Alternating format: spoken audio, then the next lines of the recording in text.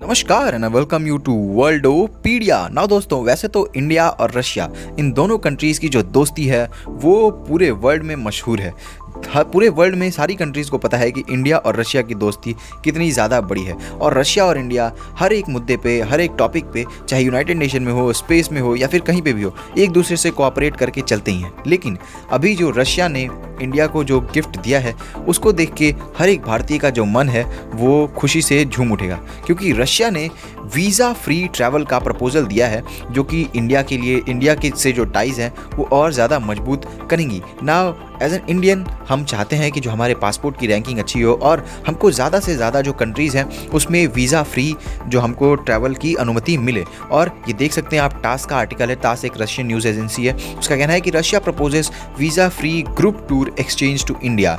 और वहाँ के जो इकोनॉमी मिनिस्टर है उन्होंने कहा है कि हम इंडिया के साथ साथ जो चाइना है और ईरान है उसके साथ वीज़ा फ्री जो ग्रुप टूर अगर कोई करने जाता है, जैसे ग्रुप टूर का मतलब कि जैसे बहुत सारी कंपनियाँ होती हैं जो ट्रैवल पैकेज ऑफर करती हैं, तो अगर वैसा कोई आना चाहता है तो उसमें हम जो है वीज़ा फ्री करने के लिए तैयार हैं। ना अगर ये चीज़ हो जाता है, अभी देखिए इनिशियल स्टेज में बात है, लेकिन अगर ये चीज़ हो जाता है तो इससे जो है इंडियंस की जो टूरिस्ट की संख्या है रशिया में उसमें मैसिव इंक्रीज देखने को मिलेगा। क्योंकि एज एन इंडियन हमको बहुत ही कम ऐसी जगह मिलती है जहाँ पे जो कि बहुत ही अच्छी जगह है घूमने के लिए, लेकिन वहाँ पे वीज़ा फ्री एंट्री मिल जाए। और इंडियंस के लिए खास करके जो बहुत सारी कंट्रीज़ हैं जैसे कि यूरोप की कंट्रीज़ होगी, वहाँ के लिए जो वहाँ का वीज़ा एक्सेस है वो इतना आसान नहीं होता। तो ऐसे में रशिया जो कि एकदम खूबसूरत कंट्री भी है, जी हाँ, रशिया को हम सिर्फ डिफेंस के लिहाज से जानते हैं, बहुत कम जानते हैं रशिया के बारे में, लेकिन बहुत कम लोगों को पता है कि जो रशिया है वो एक बहुत ही खूबसूरत प्लेस भी है। रशिया की कितनी सारी सिटीज़ हैं जैसे कि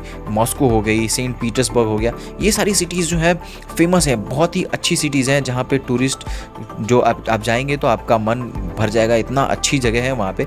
और वहाँ पे अभी से पहले जब रशिया ने अटैक नहीं किया था यूक्रेन पे, तो उससे पहले जो यूरोप के बहुत सारे टूरिस्ट हैं वो जाते थे। लेकिन अब जैसे ही रशिया ने अटैक कर दिया यूक्रेन पे तो बहुत सारे सैंक्शंस लग गए और इसी वजह से जो कंपनीज़ हैं वो भी जो टूरिज़्म वाली कंपनीज़ है वो भी अब उतना ज़्यादा नहीं ले पा रही और लोग भी जाने से डरते हैं। और जो यूरोप के नागरिक हैं वो रशिया में भी जाना, उनका जो संख्या है वो बहुत ही कम हो गया। ऐसे में रशिया को तलाश है टूरिस्ट की, क्योंकि जो रशिया की टूरिज़्म इंडस्ट्री है उसको मैसिव ब्लो हुआ है रशिया और यूक्रेन के क्राइसिस से।